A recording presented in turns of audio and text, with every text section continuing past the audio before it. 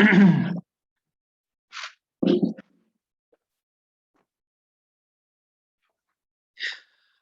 alaikum wa rahmatullahi wa barakatuh, and welcome back to our Arabic classes. We are doing the Medina Arabic course book 1, and we are still presently busy with lesson number 9. Now, in our class last week, we had stopped here on page 49 at the start of exercise number 3, and I had mentioned that because of the fact that we are not exactly doing a class in person sort of thing where you have this whole homework and everything of that sort, so it makes it a little bit difficult when it comes to exercises and things like that, and personal interaction in order to see that you are actually understanding what is happening. So what I had made as a suggestion was that perhaps if you wanted, before we begin the class or during the course of the class, as we do the exercises, if you happen to have the answer for any of these things, you can throw your answer in. You just have to type there in the chat and you can say what your answer is. So like, for example, well, let's begin at least. Bismillah walhamdulillahi wassalatu wassalamu ala rasulillahi wa ala alihi wa sahbihi wa man wala. So like I said, number 3 is ضع في المكان الخالي في الجمل الآتية منعوتا مناسبا. The place in the empty spaces in the following sentences an appropriate منعوت, at least like we did the word موصوف صفة or نعت منعوت, same things, just different words.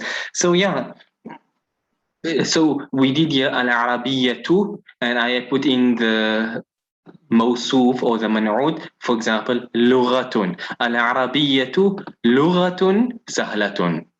Arabic is an easy language. So the rest of the other 4, anybody want to take a try at trying out giving a, you just have to give the منعوت or the موصوف if you want to. If you want to give the whole sentence, by all means. If you just want to give the one word alone itself, that too is fine. Who want to take a try their hand at it?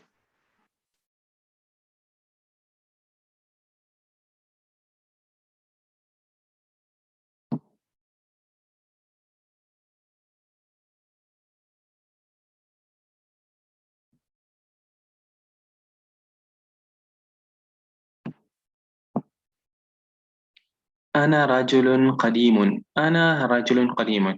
I am an old man. I am an old man after all, but yes, that is correct. So أنا رجل قديم. Like I always say, if you want to come with a word from your own vocab, by all means, you're more than welcome. If you want to come with only the vocab used in the course of the book, by all means as well. So, أنا طالب قديم, أنا طبيب قديم, أنا رجل قديم. You're more than welcome. So yes, you are 100% correct. أنا رجل قديم. I am an old man. Next one is number 3. عمار something غني.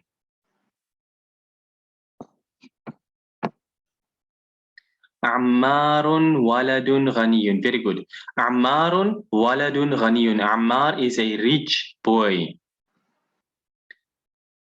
You can type in Arabic, you can type in transliteration, you can even throw in an English word if you wanted to, but of course Arabic with the transliteration would be better.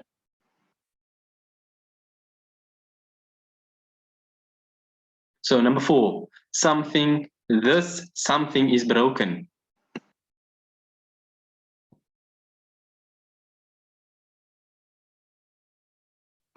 Always when doing this and having people hand in homework in person, I tend to get people to, if they write Arabic, to write it with the harakat on it, because after all, the whole point is to be able to read Arabic without the harakat, in other words, the tashkil.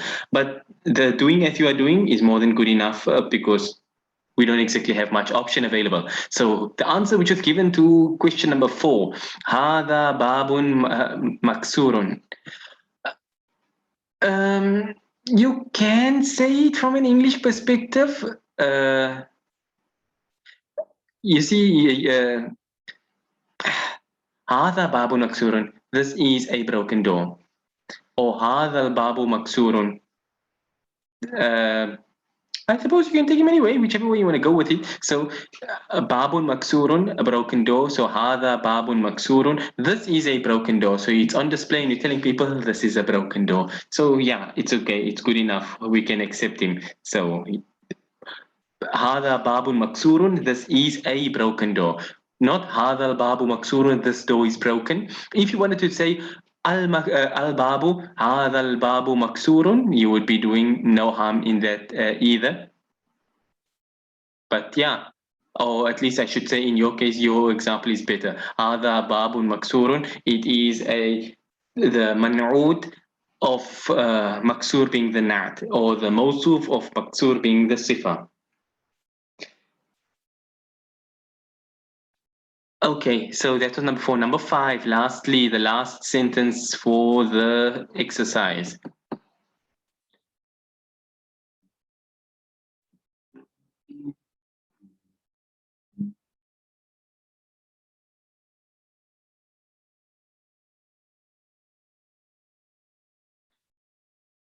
It's when we reach examples such as this that your previous lessons tend to come to the fore.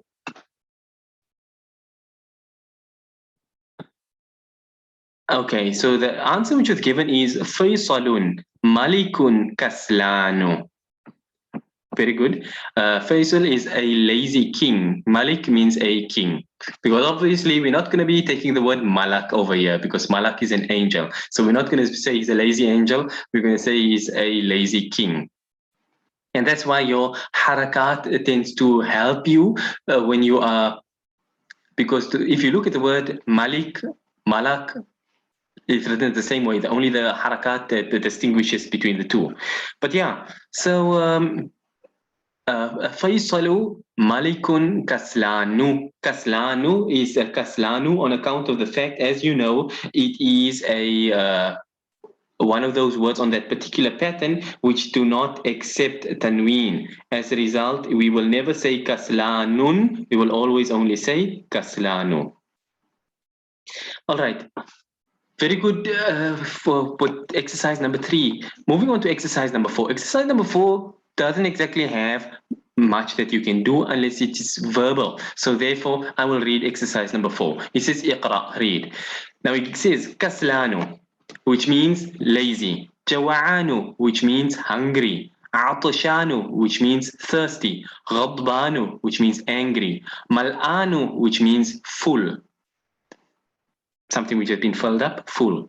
So these are only a few of the words which fit on this pattern. But as you can see, the word will have a kasra on the second, followed by anything which will have an alif that follows it. So kasra, alif, kasra, alif, kasra, alif, kasra, alif. And that's how this particular pattern goes.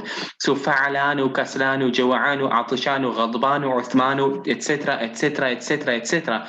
Any word which fits on this pattern will not ever get tanween. So never kaslanun or jawa'anun or things of that sort, but kaslanu, etc., and so on. So now he says, Ana jawa'anu, I am hungry. Anta jawa'anu, la ana atashanu. Are you hungry? And the reply given is, no, I am thirsty.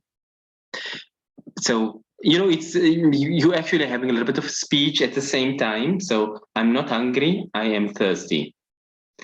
Moving on, the next one he says is number 3. لماذا المدرس غضبان اليوم؟ لماذا المدرس غضبان اليوم؟ Not غضبان or anything of that sort, but غضبان اليوم or غضبان اليوم.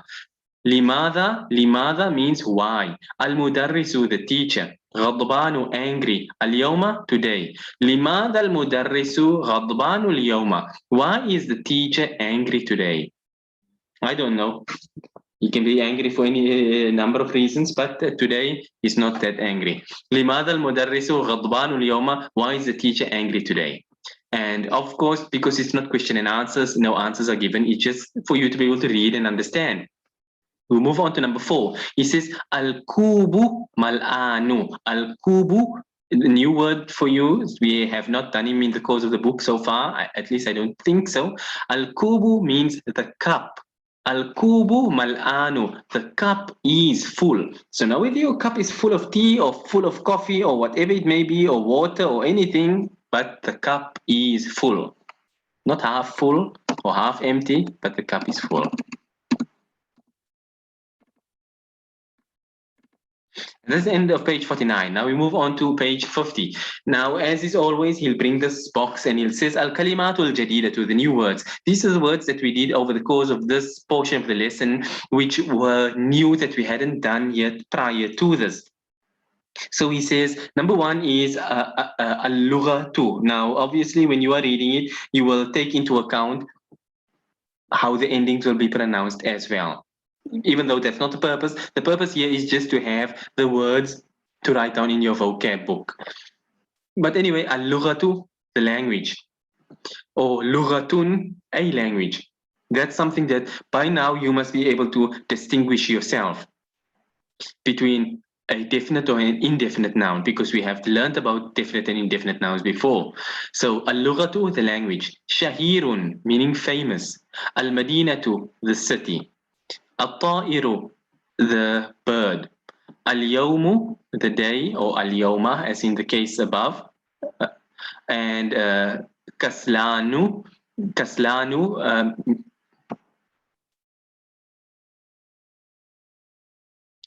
question over here. You said that Uthmanu is on the same pattern, but Uthmanu is a name noun, unlike action like Kaslanu, Ghadbanu, etc. Yes, good question.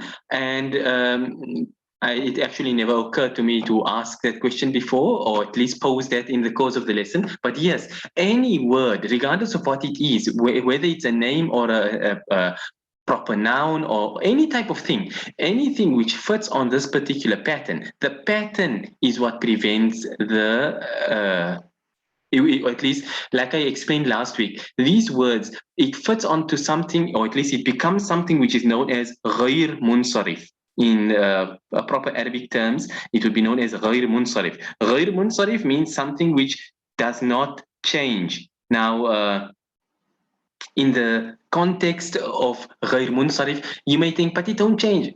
Don't focus on the words that much. Understand what غير منصرف means. غير منصرف means here in this context that it will not get tanween, it will not get a kasra.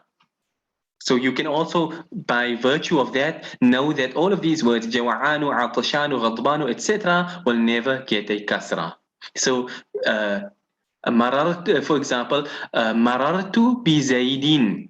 I passed by Zaid. I passed by Zaid. For example, Zaid, masculine name, he gets a kasratain, because he's pure Arabic. So marartu bi Zaidin, for example. But if you say marartu, you won't say, firstly, you won't say marartu bi Uthmanin. Nor will you say marartu bi Uthmani. You would say marartu bi Uthmana. I passed by Uthman. The name, this pattern refuses to accept tanween. It refuses to accept a kasra. So that's something to jot down in your books. So, for example, a good thing you make mention of the name. You know, for example, we know we're always mentioning so and so, son of so and so. So, Uthman ibn Affan, for example. But that will tell you that if any point the time comes, you won't say Uthman ibn Affan, for example. You may have heard people use it in this fashion on account of the fact that they don't know this particular ruling. But yes, Uthman ibn Affan, that would be the correct way, not Uthmani. But good question, and hopefully that answers your question in the words of Zakir Naik. So yeah, that's where we were.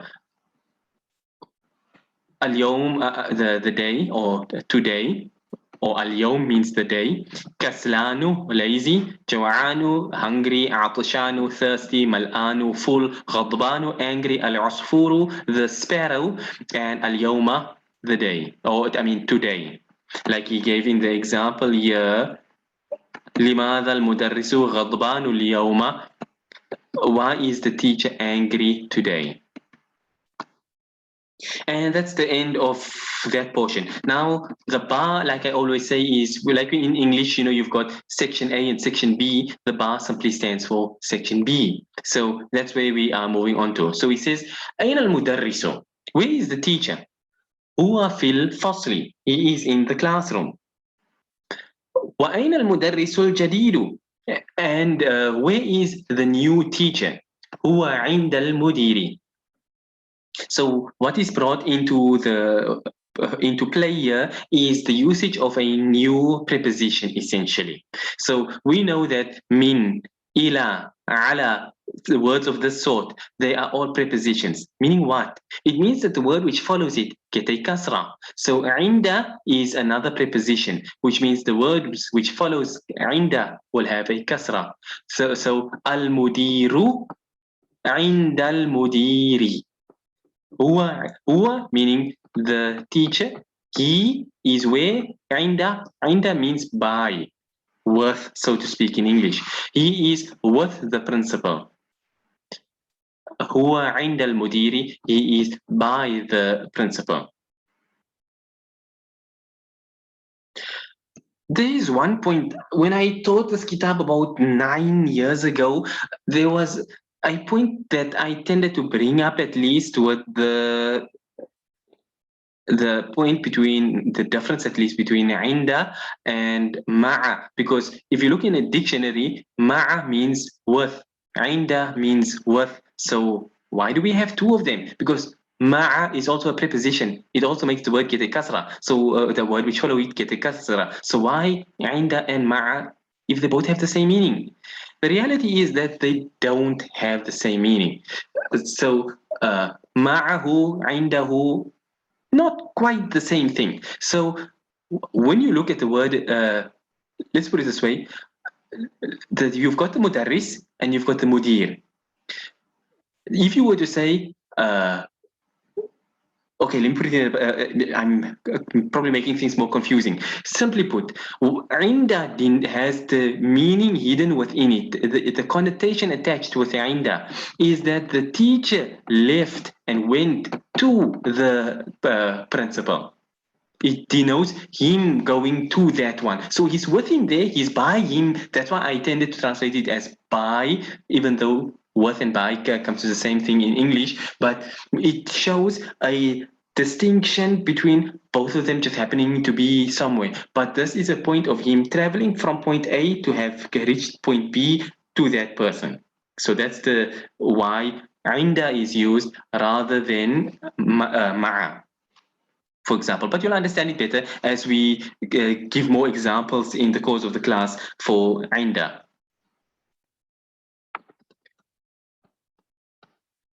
All right, so he's by the principal. أين الطالب الجديد? Where is the new student? ذهب إلى المكتبة. First, in this scenario, first mudarris and second mudarris are two different people, though. First is old mudarris and second is new. Two mudarris? Were there two?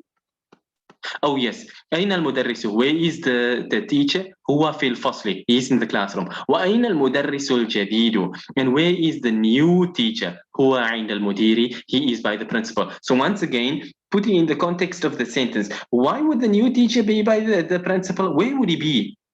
In the principal's room. So it also shows that he's not in his room. He's in, once again, by the principal. He's in the principal's office. Not that huwa ma'al mudiri. For example, if you were to say huwa ma'al mudiri, it would not give you a definite picture of what is happening. Or at least I should say it would give you a picture that the two of them are somewhere in the school, for example. But when you say huwa indal mudiri, you are putting in the mind of the listener that this teacher, if I want to find him now and I go to the principal's room, the principal's office, that's where I will find him.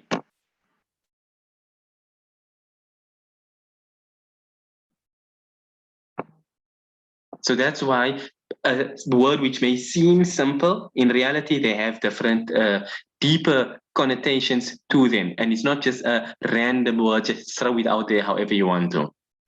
All right, so we were reading here, أين الطالب الجديد? Where is the new student?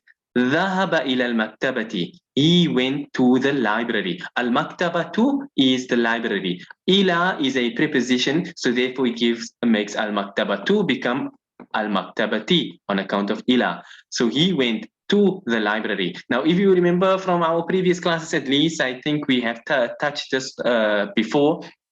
Kharaja, dhahaba, when we did it earlier. So dhahaba meaning he, one man went.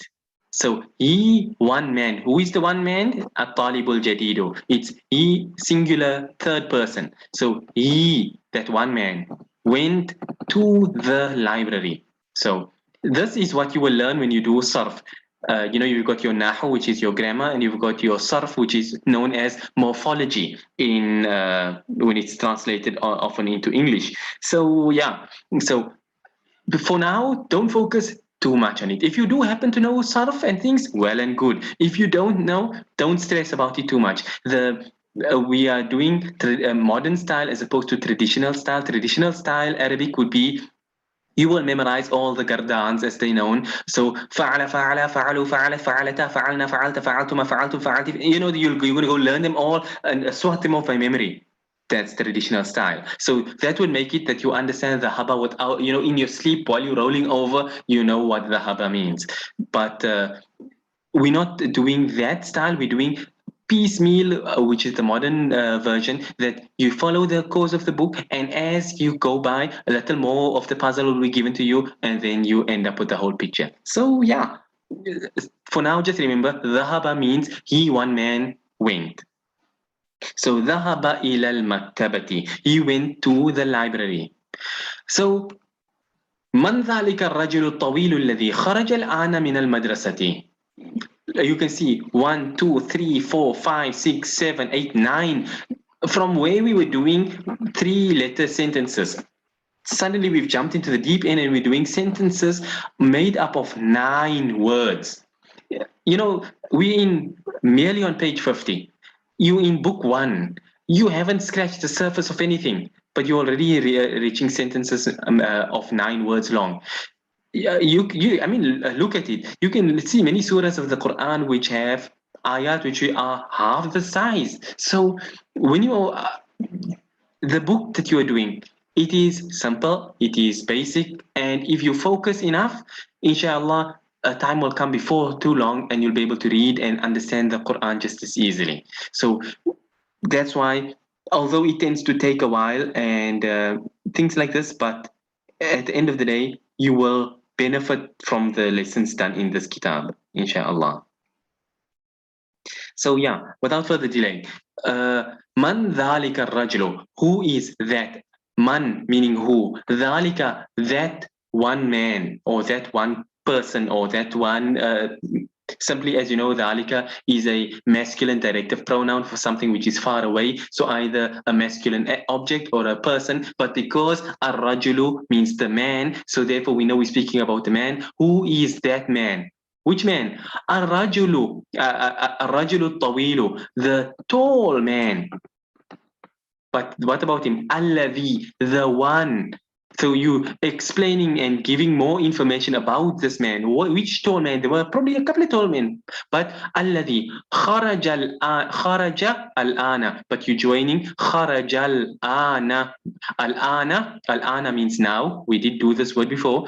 Kharaja al-ana min al-madrasati, not min al-mudarrisati. Mudarrisati would mean he just came out from the female teacher's room. So we're not having no mixed schools going on here. But خرج الآن من المدرسة. Who is that tall man? The one. الذي is the الذي you would translate as the one or who in English, and which if you were speaking about an object. So الكتاب الذي, the book which, for example, or الرجل الذي, the man who, who not as in the question who, but the who as in the describing who, the one who did this, not who did this. So من ذلك الرجل الطويل الذي خرج الآن من المدرسة? Who is that tall man who had just exited now from the school? That's how you would translate it. And then the reply given is هو المدير الجديد. He is the new principal. So the school got a new principal, and that's him over there, the tall man. ومن الولد الصغير الذي خرج الآن من الفصل? And who is that? ومن الولد الصغير? Who is the small boy? Not who is that small boy. Al-waladu saghir. I saw there was a small boy. Al-waladu saghiru, the small boy. Alladhi, the one who خرج الآن من الفصل, exited now from the classroom. So who is the small boy that, if you know, you see a small boy coming out there? Who is the small boy coming out of the classroom? هو ابن المدير الجديد. He is the son of the new principal. So that tall man is the principal, and that small little boy coming out there is his son. For some reason, he didn't get tall like the father. Moving on to page 51 quickly before our time runs out. لمن تلك السيارة الجميلة. Li, the lam of possession, connected to the word man. Li man. There's not lamin, it's li man. So look at the word carefully so you don't read it as lamin. Liman tilka sayyaratul jamilatu. To whom does, to whom? So liman, for who? The lam of belonging. So to whom does that female directive pronoun? As-sayyaratul jamilatu. To whom does that beautiful car belong? So the lam is where the word belong, when you translate, you would add the belonging in on account of that one lam there. So liman, to whom does that beautiful car belong? And the answer is hiya lil mudiril jadidi. It, hiya, which is a singular feminine word, because we're speaking about the feminine object. So like we would say huwa for a man or a masculine object, we say hiya for a woman or a feminine object. So hiya السيارة هي للمدير الجديد. هي للمدير الجديد is what it actually should be. The lam is the lam of possession. And then we've got al-mudir al-jadidi. But when you have it in this form, belonging in the sense, the lam linking with another lam, lam, which is when you have the lam of possession and it's joining to a word which is alif and lam, li'al, for example, it becomes lil. So li'allahi becomes lillahi. So lillahi ma fi samawati wa ma fil ard. Alhamdu lillahi. Alhamdu, all the praise, li Allahi, belongs to Allah. So therefore, li al-mudiri becomes lil mudiri, lillahi, lil Qur'ani, lid dini, so on and so forth. So that's the lam. Lil mudiri al-jadidi. It belongs, that female, that car belongs to the new principal. لمن هذا الكتاب الكبير؟ أهو للمدرس؟ Who does this big book belong? أهو, question, does does it belong to the teacher? هو للمدرس. See, on account of the lam once again, because it's one of those words which make the word attached to it get a kasra. هو للمدرس. Does it belong to the teacher? لا هو للطالب الجديد. No, that book that we're speaking about, that big book, it belongs to the new student. أين الملعقة الصغيرة? New word that we are doing here. أين الملعقة الصغيرة? Where is the small spoon? الملعقة, your small chamcha. Where is the small spoon? And the reply given is هي في الكوب. It is in the cube, and the cube is this thing over here, the glass, the cup, as we did before. So here fil kubi, here on account of mil'aqatu being feminine, and feminine on account of the fact that it has a tamarbuta, as you already know by now. So al mil'aqatu means the spoon. Where is the small spoon? It is in the glass. أين الكرسي المكسور? Where is the broken chair? The broken chair. Al-Kursi al-Maksuru, the broken chair. And the reply given is Huwa hunaka. Huwa, it, that, because kursi is masculine, so huwa has to be masculine. Huwa, it is hunaka. Hunaka means there. So you have two words, here and there. Huna, if I block this one out here, as you see the word written over there, huna, this word, huna means here.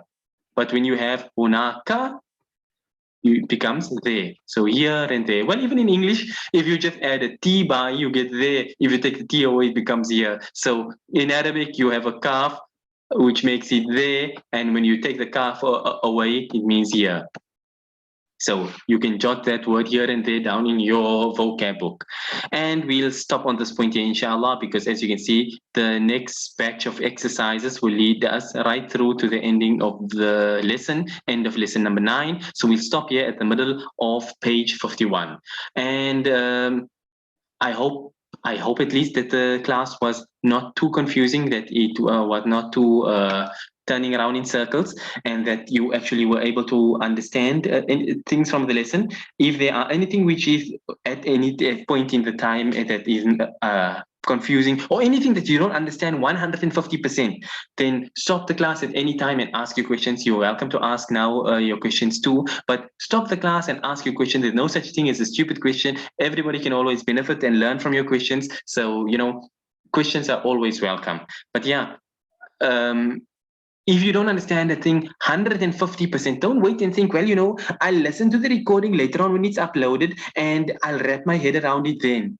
Maybe it will actually work, maybe not. Maybe you get busy and you forget about it, and next thing you know, it's Wednesday again and we're doing our next class and you're like, oh, I didn't catch that. Now you have to play catch up, and when you're playing catch up while learning a new lesson, you tend to fall behind. So keeping that in mind, don't ever feel shy to ask your questions. But seeing as we have not gotten any questions, I would assume that we are done with the lesson then for today. Okay, yes, something which has come through. Can we use the word left instead of exited for kharaja? Yes, by all means. If you, when I give translations, I'm using the words that I seem to feel fits in more for the person who's listening to understand what type of left I'm referring to, as opposed to for example, ذهب إلى المرحاض. He went to the toilet. Some people you may find translating it as he left to the toilet. Some people speak like that. Or he left, which left, my left or your left. So that's my only reason why I use exited. But yes, using the word left is perfectly fine.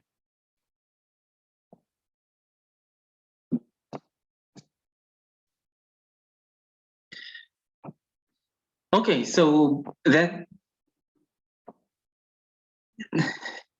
Jazakallahu khaira. And that being that, inshallah ta'ala, we'll stop on this point here. As always, all the classes that are done are recorded. They are uploaded to if you go to YouTube and you type in Darul Ilm channel, or you can simply type in on Google Darul Ilm channel. Use it all in one without any spaces. Darul Ilm and channel as one big fat word, and you type in Darul Ilm channel YouTube, it should bring you up to the YouTube channel. Alternatively, if you are on YouTube, just type in Darul Ilm channel, and inshallah it should bring you up to or at least amongst the many Darul Ilms on there, you should be able to recognize there'll be a playlist for Arabic class, one for Tafsir al-Qurtubi, one for I'ala sunan, one for Riyadh al-Salihin, as well as one for example, the Sahaba series and the Ahnaf series and the Ghazwa series and things of that sort. But yeah, so you'll be able to find it in that way. And like I say, all the previous classes of Arabic and the others have also been uploaded there. So if you're needing to catch up, there is a resource for you to be able to make use of, inshallah. Okay, question, what class do we have tomorrow? Our Thursday class is one of my favorites for the week. It is the kitab known as I'ala Sunan of Maulana Zafar Ahmad Thanvi rahimahullah. It is a book of hadith and fiqh which are closely linked with one another. So we'll be doing a hadith and deriving the Hanafi madhab from those hadith itself. And that's what is our Thursday class. As always, Monday is our tafsir, Tuesday is our hadith from Riyadh al-Salihin, Wednesday is our Arabic class, and Thursday is our I'ala Sunan class. All four are done at the same time. We were doing it at 8 o'clock South African time. We're currently now doing it at 8:30 p.m. South African time. I don't know when British summertime ends. I'm not that clued up on daylight saving time to know when it's +1 versus +2 timings, but for now, I assume it would still be okay. So BST ends at the end of October. So for now, it will still be 7:30 p.m. UK time, 8:30 p.m. South African time, inshallah ta'ala. And that being that, then we will end on this point here. Until next time, وصلى الله وسلم وبارك على نبينا محمد سبحان الله وبحمده سبحانك اللهم وبحمدك نشهد أن لا إله إلا أنت نستغفرك ونتوب إليك والسلام عليكم ورحمة الله وبركاته.